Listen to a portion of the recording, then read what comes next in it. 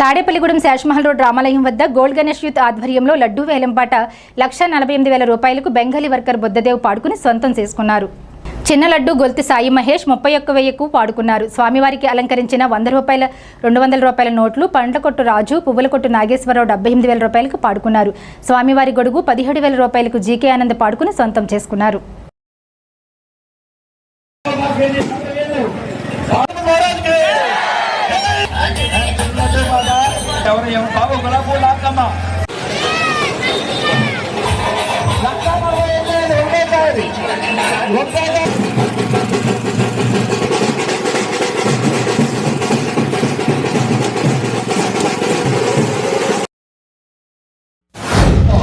ఈరోజు లడ్డు వ్యాపారం చేయడం జరిగిందండి.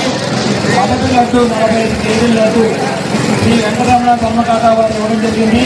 ఆ లడ్డుని 1,45,000కి ముద్దా గారు పాడుకోవడం జరిగింది. అలాగే దేవుడికి 33,100 రూపాయలు దండ వేయడం జరిగిందండి. ఆ దండ 78,000 రూపాయలకి పర్ల రాజు గారు, పూలగొట్టు నాగు గారు పాడుకోవడం జరిగిందండి. దేవుడి గొడుగు 17,000 రూపాయలకు జీకా ఆనంద్ గారు పాడుకోవడం జరిగింది.